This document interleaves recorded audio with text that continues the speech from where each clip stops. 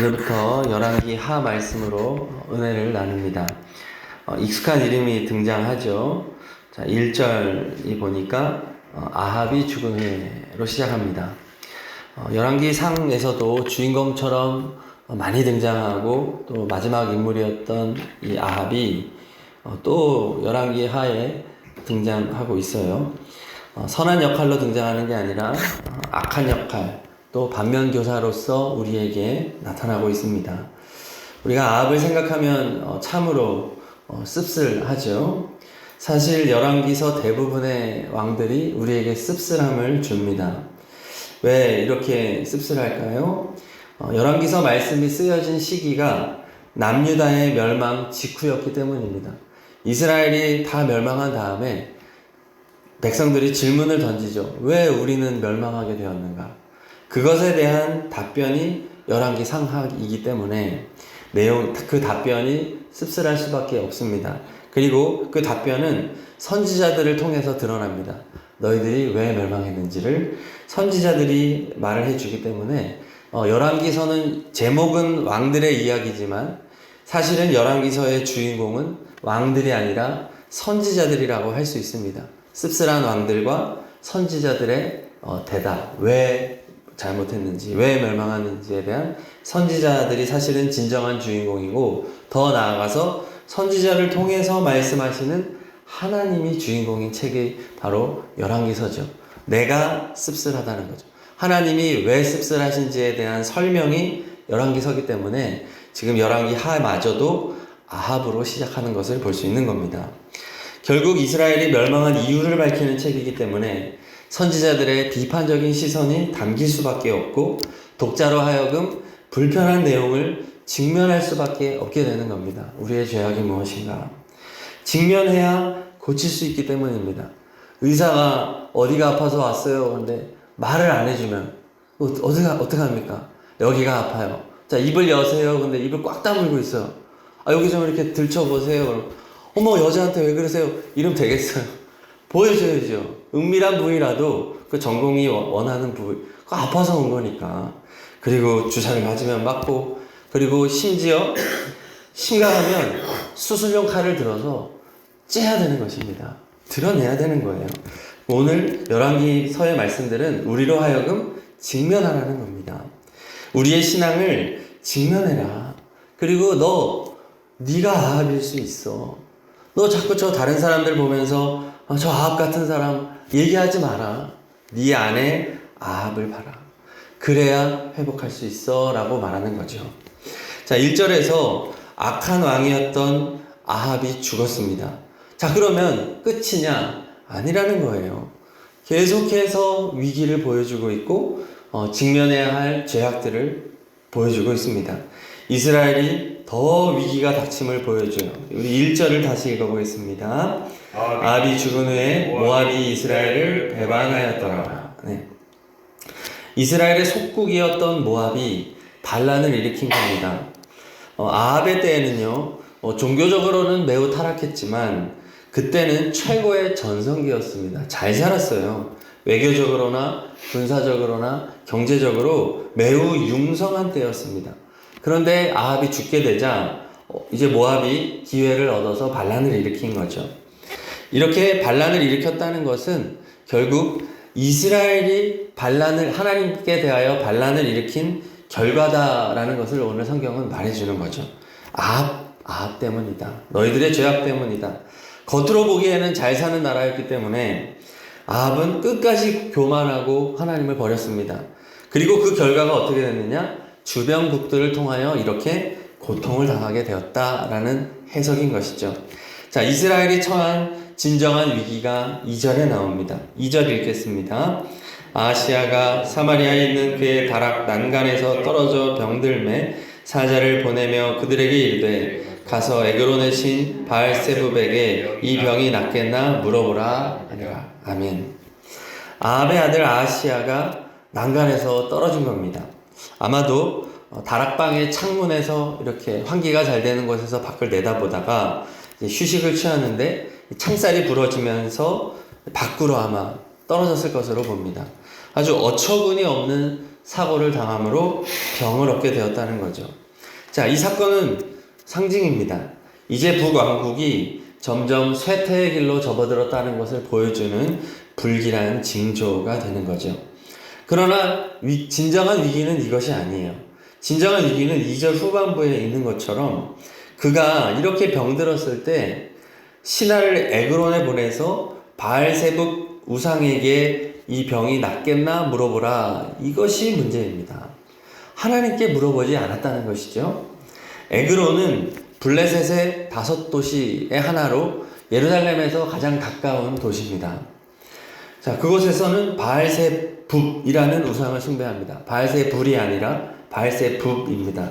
이것은 파리의 신, 파리들, 윙윙 날아다니는 파리들의 신, 날벌레들의 신, 이런 의미를 가지고 있고 질병을 막아주는 존재로 알려져 있었던 신입니다. 그러니까 자기가 지금 병에 걸렸으니까 이 질병을 낳아주는 신 중에서 바알세붓이라고 하는 이 우상을 선택한 것이죠. 자신의 치유를 하나님이 아닌 조잡한 이방 땅 파리신 아닙니까? 날파리신, 날벌레신, 그것에게 물어보는 크나큰 범죄를 저지르고 있다. 지금 얼마나 이 북왕국이 타락해 가는지를 보여주는 겁니다. 왜 하나님께 물어보지 않고 이런 이방신을, 조잡한 신을 찾았을까요? 그 이유는 하나님은 원하는 답을 주지 않기 때문입니다. 하나님은 원하는 답을 주십니까? 정확한 답을 주십니까? 정확한 답이죠. 하나님은 완전한 답, 바른 답을 주세요. 언제나. 근데 그것은 인간의 입장에서는 불편한 거예요. 그렇기 때문에 그 아버지처럼 자신이 원하는 답을 얻으려면 하나님께 나아가서는 안 된다. 하나님의 선지자에게 물어보면 늘 이상한 대답을 한다. 이런 결론을 가지고 있었던 겁니다. 자, 2절에 보면은 아하시아의 질문이 뭐예요? 가서 에그론의 신 바알세붓에게 이 병이 낫겠나 물어보랍니다. 자, 답이 있습니까? 없습니까? 있어요. 이 병이 낫겠나 하잖아요. 이 병이 낫겠냐 안 낫겠냐가 아니잖아요. 우리가 하나님에게 물어보려면 어떻게 됩니까? 하나님의 뜻이 무엇입니까? 하고 열린 질문을 해야 되는 거예요. 그렇지 않습니까? 근데 우리는 어떻게 질문해요? 내가 원하는 질문을 하는 거예요. 하나님, 요렇게 되겠습니까? 내 의도가 담기는 거죠. 그렇지 않습니까? 우리 다 그런 존재라는 거예요. 답을 내가 정해놓고 시작한다는 겁니다. 이 병이 왜 생겼습니까? 하나님, 어떻게 대응해야 하겠습니까? 결국 어디까지 나아가야 됩니까? 나의 죄악이, 우리의 죄악이 무엇입니까? 어떠한 치료를 받아야 합니까? 하나님, 우리를 어떻게 좀 수술해 주십시오라고 맡겨야 되는 것이죠. 의사 선생님 말을 따르라는 거예요. 그럼 의사 선생님이 자, 그럼 엑스레이 하시고요. 자, 그럼 저쪽 가셔서 이거 검사하시고요. 시키는 대로 해라는 거죠. 자, 그래서 수술 받아야 합니다. 저 그때 여행 가야 되는데요. 그런 게 어딨어요. 저는 이런 거, 저는 저기 주사 제일 싫어하는데요. 말도 안 되죠. 저는 수면 안 돼요. 칼이요. 저 죽어도 안 돼요. 그럼 죽어야죠. 우리는 하나님 앞에 답을 정해놓으면 안 된다는 겁니다. 그러니까 열왕기서가 계속해서 말하고 있는 것이 뭐냐면 우리 안에 있는 욕심을 보라는 겁니다. 야, 너의 뜻, 그건 중요한 게 아니야. 하나님의 뜻이 중요하지. 하나님께 네가 원하는 거 맨날 제시하면 뭐하냐? 그럼 무슨 응답을 받겠니? 네가 원하는 대로 응답받는 게 응답이니? 하나님은 우리에게 말해주는 거죠. 그거 아니야. 그건 조잡한 우상과 같은 거야 라고 말해주는 겁니다. 하나님께서는요, 오늘 엘리야를 통해서 3번이나 같은 말을 합니다. 똑같은 말을 해요. 자, 3절 먼저 읽겠습니다. 3절, 여호와의 사자가 디셉 사람 엘리야에게 이르되 너는 일어나 올라가서 사마리아 왕의 사자를 만나 그에게 이르기를 이스라엘에 하나님이 없어서 너희가 에그론의 신 바알세붓에게 물으러 가느냐. 이스라엘에 하나님이 없어서 에그론의 신 바알세붓에게 물으러 가느냐. 요 구절이에요. 자, 6절 중반에도 보면요, 그에게 구하기를 여호와의 말씀이 이스라엘에 하나님이 없어서 내가 에그론의 신 바알세붓에게 물으려고 보내느냐. 또 16절은 또 다 같이 읽겠습니다. 16절 말하되 여호와의 말씀이 내가 사자를 보내 에그론의 신 바알세부백에 물으려 하니 이스라엘에 그의 말을 물을 만한 하나님이 안 계시느냐. 그러므로 내가 그 올라간 침상에서 내가 반드시 죽으리라 하셨다 하니라. 하나님은 계속해서 같은 말씀을 하는 거예요. 이스라엘에 하나님이 없냐? 하나님이 안 계시냐? 그래서 그분은 대답을 안 하는 분이냐? 쉽게 말하면 뭐예요? 야, 하나님 죽었냐? 하나님이 죽어가지고 너 지금 그러고 있는 것이냐? 이 질문이에요. 너는 왜 대답을 가지고 정답을 가지고 나한테 물어보는 것이냐? 하나님이 죽었다고 믿는 거야. 그거는 하나님은 살아 있어 라고 하는 것이죠. 하나님은 지금도 말씀하셔. 하나님이 죽었냐? 왜 하늘이 다 무너진 것처럼 그래? 왜 낙심하고 그래? 하나님이 살아있는데 말이야. 그거 믿음 없는 거야. 그거 가짜야. 그거 우상이야 라고 말해주는 거예요. 그리고 3번이나 이렇게 반복해서 말하는 게 뭐예요? 회개하라는 거예요. 돌이키라는 거예요. 네가 그동안 잘못 믿었던 거예요. 너 안에 탐욕이 있었던 거야. 욕심이 있었던 거야. 회개하라는 거예요. 하나님은 돌이키라고 오늘도 우리에게 말하고 있는 것입니다. 실제로 아합 왕은요, 가짜 회개를 했어요. 막 죄를 뒤집어 쓰고 막 하나님 앞에서 가짜로 회개했음에도 불구하고 하나님은 어떻게 합니까? 용서해 주시는 거예요. 자비를 베풀어 주는 거예요. 하나님은 그렇게 마음이 약한 분이신데 지금도 3번이나 말씀하시는 이유가 뭐죠? 말 안 하고 벌하면 돼요. 진짜 벌하려면 말 안 해요. 그렇지 않습니까?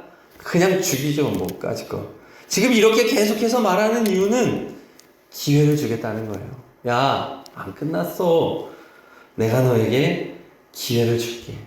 지금이라도 돌아와. 이 하나님 말씀이에요. 야, 너 겸손한 마음으로 하나님의 말씀 앞에 서봐. 하나님의 뜻이 있어. 또 왜 그래? 반드시 하나님은 인도해 주실 거야. 기회를 주실 거야. 하나님 죽었냐? 계속 말하는 거죠. 오늘 9절 이하에 보면은 아하시야 왕은 엘리야를 알아보죠. 얼마나 유명한 엘리야예요. 아버지의 정적, 원수. 엘리야에게 3번이나 50부장을 보내요. 그런데 재미난 이야기가 나오죠. 앞에 2명의 50부장과 부하들은 모두 죽임을 당합니다. 그럼 마지막 50부장은 죽지 않아요. 그 차이가 무엇일까요? 이 50부장의 자세가 달라요. 자세가. 자, 앞에 50부장의 말이 똑같아요. 자, 9절 먼저 읽겠습니다. 9절. 이에 50부장과 그의 군사 50명을 엘리야에게로 보내매 그가 엘리야에게로 올라가 본즉 산 꼭대기에 앉아 있는지라. 그가 엘리야에게 이르되 하나님의 사람이여 왕의 말씀이 내려오라 하셨나이다. 자, 엘리야에게 가서 50부장이 뭐라고 말해요? 왕의 말씀이 내려오라. 자, 어명이요라고 말한 겁니다. 어명이요. 자, 11절도 읽겠습니다. 11절. 왕이 다시 다른 50부장과 그의 군사 50명을 엘리야에게로 보내니 그가 엘리야에게 말하여 이르되 하나님의 사람이여 왕의 말씀이 속히 내려오라 하셨나이다 하니. 자, 역시 어명이요. 야, 이게 무슨 문제가 있습니까? 왜 이것 때문에 죽습니까? 어명이 중요하지 않고 무엇이 중요하기 때문입니까? 하나님의 명령이 중요하기 때문입니다. 하나님의 말씀보다 왕의 명령을 앞세웠기 때문에 죽은 겁니다. 그냥 죽은 게 아니에요. 자, 마지막 50부장은 다릅니다. 13절 읽겠습니다. 13절 시작. 왕이 그의 군사 50명을 보낸지라 셋째 50부장이 올라가서 엘리야 앞에 이르러 그의 무릎을 꿇어 엎드려 간구하여 이르되 하나님의 사람이여 원하건대 나의 생명과 당신의 종인 이 50명의 생명을 당신은 귀히 보소서. 자, 앞에 두 50부장이 말했던 어명이요가 빠져 있어요. 그는요 무릎을 굽혀 엎드립니다. 이게 뭐예요? 예배입니다. 예배. 엎드려, 굽혀 엎드리는 이 단어 자체가 예배라는 단어와 정확하게 일치합니다. 자, 그러면 지금 어명이요가 아니라 하나님의 말씀을 앞세우고 있는 거예요. 그래서 겸손히 자신을 낮추며 자신과 부하들의 생명을 구해달라고 겸손하게 하나님의 말씀 앞에 엎드린 거예요. 자, 그러니까 어떻게 됩니까? 사는 거죠. 사는 거죠. 살려주시는 거예요. 하나님의 말씀에 대한 자세. 오늘 말씀의 결론이에요. 그러나 아시아 왕은 3번이나 기회를 줬음에도 하나님의 말씀 앞에 엎드리지 않았고 회개하지 않았기 때문에 결국 죽었다는 겁니다. 17절을 읽겠습니다. 17절. 왕이 엘리야가 전한 여호와의 말씀대로 죽고 그가 아들이 없으므로 여호람이 그를 대신하여 왕이 되니 유다 왕 여호사밧의 아들 여호람의 둘째 해였더라. 자, 겨우 2년 만에, 재위 2년 만에 아들도 없이 비극적인 죽음을 맞이하게 되었다. 왜요? 하나님의 말씀에 대한 자세가 잘못됐기 때문에, 하나님에 대한 예배가 없었기 때문에, 엎드러짐이 없었기 때문에, 자신의 뜻과 계획을 버리고 오직 하나님의 말씀만이 서기를 갈망하는 그 마음이 없었기 때문에 멸망했다.